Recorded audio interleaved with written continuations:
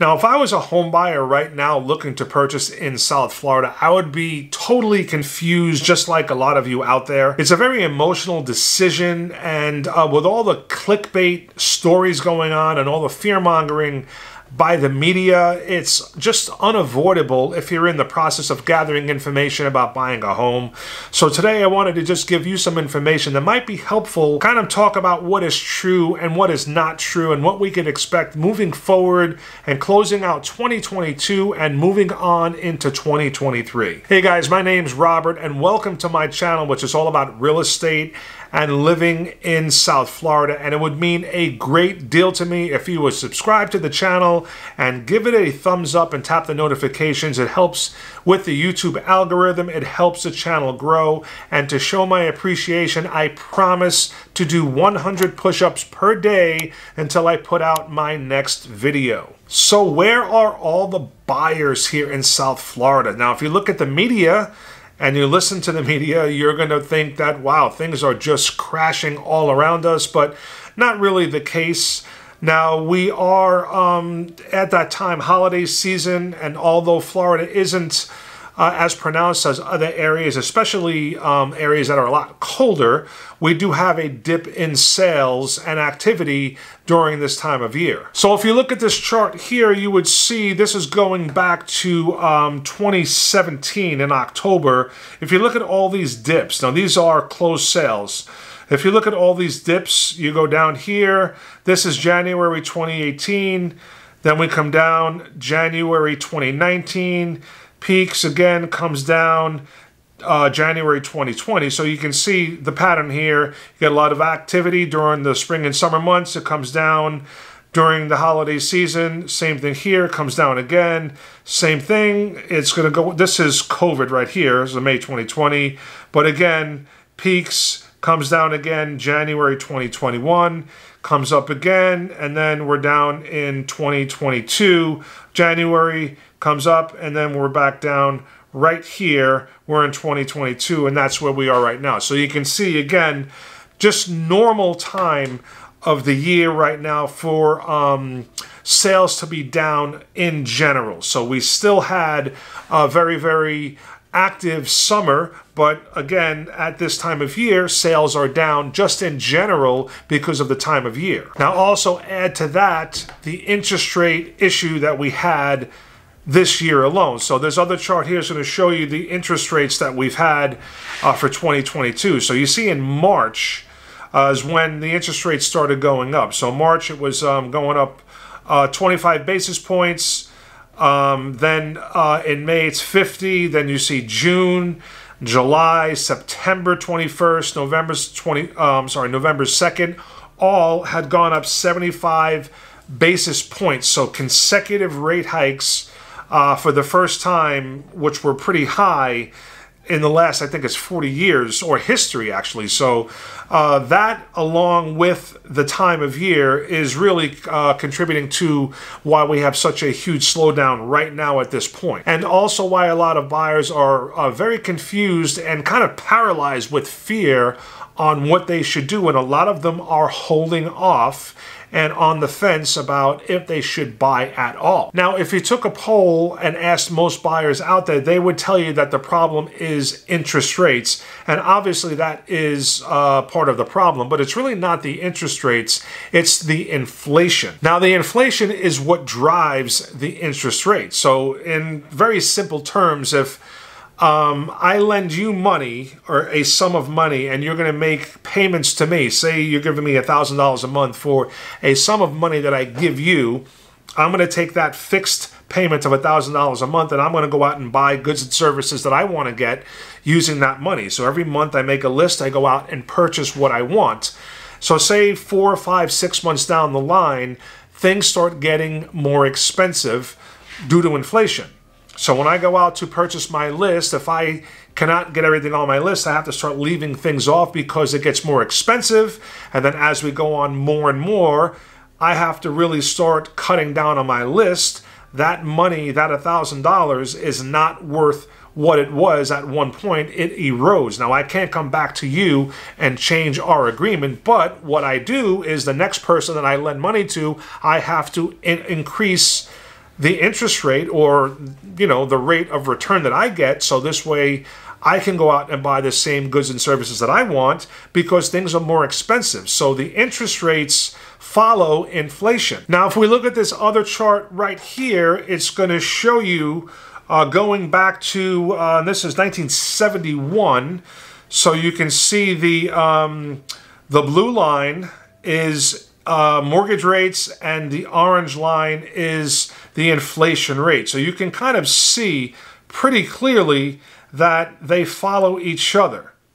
So as inflation goes up, so do the interest rates. Now, the issue that we have, or at this time, is right at the end here. You can see this is December 2021. You can see this spike right here in the inflation rate. And you can see the blue line. Unfortunately, the graph ends, but you can see it does not go up. So at that point, you probably remember hearing everybody saying that the inflation was transitory, that it was not going to last long. So the Fed was very late to the party in raising interest rates, and they kept them steady for too long. And then what they had to do was come out and raise the rates too quick. It was just a big shock to the system, and this is one of the reasons why things are the way they are right now. This is why buyers are totally freaked out. If you go back to the beginning of the year, we have interest rates that are double, and they've gone up that much in half a year's time. So it's a big shock to the system. So it's no mystery why buyers are disappearing, and they're very confused and very fearful about what to do and if they should even buy a house at this time. Now, another thing is the foreclosure tsunami that we keep hearing about that's going to be coming. Now, are foreclosures up? Yes, that is true, but they are near record lows. Now, if you look at this chart, it really gives you an idea of what's happening with the foreclosure market. So you can tell by the chart here, it starts in 2013 and it goes all the way up to this year. Now you can see why it's up. So for 2022 quarter 1 to quarter 3, we're up 88,000, where we have 88,000 filings, but the reason it is up is because there was a moratorium on foreclosures since COVID. You could not file any foreclosures in 2021, so that's why there was none. But if you look, we are still lower than pre-pandemic levels, way lower than 2019, 2018, and of any year going back to 2013. So this is kind of more of this fear-mongering, this clickbait stuff that they keep saying. Another thing, there's way too much built-in equity and appreciation in the homes right now for anyone to go through a foreclosure. You know, if anything happens with the market, the sellers will just have to sell. It doesn't mean they're going to go through a foreclosure. A foreclosure filing, all that means is that someone has missed a couple of mortgage payments, but it does not mean that they're upside down in their mortgage. Back in 2008, when we had the crash at that time, everyone, or 90% of the homeowners, were upside down, meaning they owed, their mortgage balance was way more than what the house is worth or was worth. That is not the case right now in 2022. Now, another huge issue, and you know, and this is absolutely true, is the subject of affordability. So all this other stuff is all well and good, but if it's just not affordable to buy, obviously people don't want to buy, or they just cannot buy. So let's just look at this chart that really breaks down affordability. Now, this chart kind of puts it into perspective if you're going to look at it from say 2022, this year, last year, and actually moving forward to 2023. So just take a loan amount of $400,000, and back in 2021, when the rates were around 3.5%, with principal and interest was about $1,796, and you needed a household income of around $9,000. So again, what happened, you know, you had a double whammy. Obviously, for 2022, we had about 15% appreciation, and also the rates doubled. So say it's at 7%.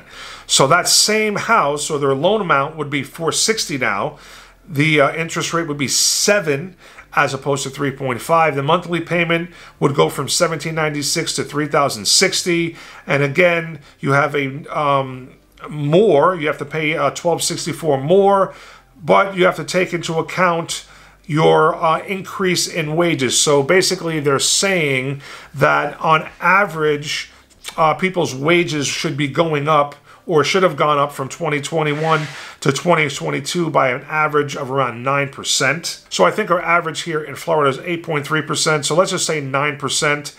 But again, now you have to add in all the other expenses. So gasoline is up, food is up, services, any type of services is up. So basically a total of $1,505. But if you add in the increase in salary, from what they say, it should offset the difference because you're getting more in your paycheck. So that should offset as far as affordability. So what does all this mean for the home buyers out there? So what can we expect moving forward? Now, all the experts are predicting single-digit appreciation, and in some areas around the country, flat, which is pretty much no appreciation throughout 2023 and moving forward. But one thing is for certain is that rental rates are absolutely forecast to go up. Now, they're predicted to go up about 13% on new applications, new rentals, and basically around 8% on renewals, rental renewals. And this is year after year. So every single year. Now, could this be an opportunity for buyers? With all of this information, can we look at this as an opportunity? So last year, without a doubt, and I mentioned this in my last video and some other previous ones, you had to come out of pocket with no questions asked with at least 50 grand to even have a chance at a home. And this is over appraised value. You had to waive some contingencies, and most of the times you were settling for a home that might not have been your favorite house. That's just the way it was. With the inventory that was so low, we had about 1 month of inventory at that point. Right now we're at 3.4 months of inventory, and it is going up. So buyers are having much more time to negotiate with sellers at this time. So there is an opportunity that I want you to look at. We've also talked about interest rates being higher, prices are higher, but you do have time right now to negotiate with the seller. This is something that you had no chance of doing last year. So what can you do with that negotiation power now? Well, being that everyone is so concerned about the interest rates, you can get the seller to pay down your interest rate. So it's very common right now to get sellers to pay down your interest rate. So you basically negotiate with the seller to pay down and do what they call a 2-to-1 buy down. So the way this works in this example, on a $400,000 loan, say the note rate, the interest rate 7%, your payment on 7% would be $26.61. So for the first year, it would be 5%. So your payment would be $21.47. So that's $514 savings per month. And the cost to do this is basically $9,324, or basically 2.33 points. So that's like 2% of the purchase price. Very, very easy to get the seller to do that at this point. Now, that is an incredible way to get what you want, especially when most buyers, like we mentioned earlier, are concerned about the high interest rates, because you could refinance down to a lower interest rate next year or the year after when rates come back down, and they're forecast to come down, and they're all talking about the number 5% is where we're headed. And the great part, as you can see right here, if you can refinance next year to 5%, you'll receive a credit for your unused portion of the buy down of $31.56, and you can use that portion to pay for the refinance. So there's definitely an opportunity here for buyers. And another thing you have to remember is when interest rates go back down, everything's going to change again. All the buyers like yourself, if you're on the fence, when interest rates come back down, what's going to happen? all the buyers are going to come back out, and all the inventory that's out there, it's all going to get gobbled up again, and we're going to be right back in the same position with not having any inventory, and the sellers are going to have all the leverage again. And we know how that story played out. It was not any fun to be a buyer at that time. Now, again, I know this is an emotional decision and definitely not easy, but what are the options for buyers at this point? The option is to rent or buy. So what does renting look like with the rental rates? So if you look at this chart right here, and this is just based on another $400,000 property. So if you look here, if you're fixed at just say 7.5%, and your total principal and interest, property taxes and insurance, 166 for maintenance and repairs. So say your monthly expenses is $34.90. That's fixed, $34.90 per month. Now take a rent, and say if your property or your rental is $27.50 per month, and this is with an annual increase of 6% per year. Just for insurance, renter's insurance, $35. So if you look at it from year one, and this if you're going to be in the property for 9 years. Most people that are going to purchase, you're going to be in your home, say, more than a year or two. So if you're going to be in there for 9 years, if you start out, renting looks like a great option, you know, because it's a little cheaper, $27.85 to $34.90. But as you go through the years, you can see the difference, how it comes up and comes up and comes up. And by the time you're done with year 9, your payment will be $44.39, but your fixed mortgage payment is still at $34.90. And this is if you don't refinance to a lower rate. This is staying at 7.5%. But what you're not thinking about, and what the media doesn't tell you, is the whole point of owning a home is building wealth long term. Most people that are wealthy, or most people's wealth, the biggest portion of it comes from owning real estate. So this example here, taking this example and adding the positives of owning a home, what does that look like? So let's look at the amortization and the appreciation of owning the same home over that same period of time. So if you look here, amortization. So your original loan amount, $360. When you make your payments, you're paying principal and paying interest. So a lot of your money is going towards your interest, but a portion of that is going towards your principal. It's almost like putting money into a savings account. That goes, and that is what you call your equity. That is your built-in equity. So over time, you're going to be basically having like a savings account of $41,000. Okay, but the appreciation. Okay, now say we're talking about single-digit appreciation over the next several years. And this is conservative, guys. We're talking 4.49%, and this is on a $400,000 property. Over these 9 years, you're talking your gain in appreciation would be about $193,000, or about $194,000. So, you know, what I would suggest is that before you decide that there's no alternative, and you listen to the media and all the fearmongers out there that their job is to get clicks and to sell stories. They don't really care about the future. They care about the now, and they want you to click on their stories, and fear sells. Now, again, I'm never trying to convince anybody to do anything, especially when it comes to buying a property. But before you decide that you should rent and buying is not an option, talk to a lender, a friend, someone that you know. Go over these numbers. Make them show you over time what would be a better option. If you're going to be in a home for more than 2 years, well, put it this way. If you're going to be renting, or you plan on going someplace for a year or two, I would say rent.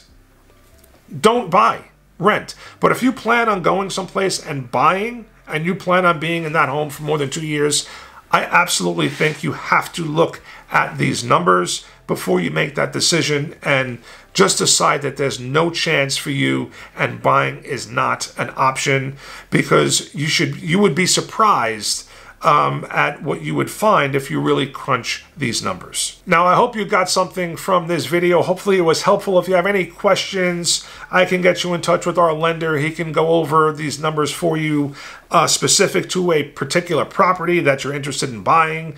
Very, very detailed analysis. This way you can make a good decision. And again, I hope this was helpful. If there's anything else I can do, reach out 24/7. I'd love to be your real estate resource if you're planning a move here to South Florida, and I'll catch you on the next video. Don't forget to subscribe. Give me a thumbs up if you thought this information was valuable. I would really appreciate it. I'll catch you on the next video. Happy holidays.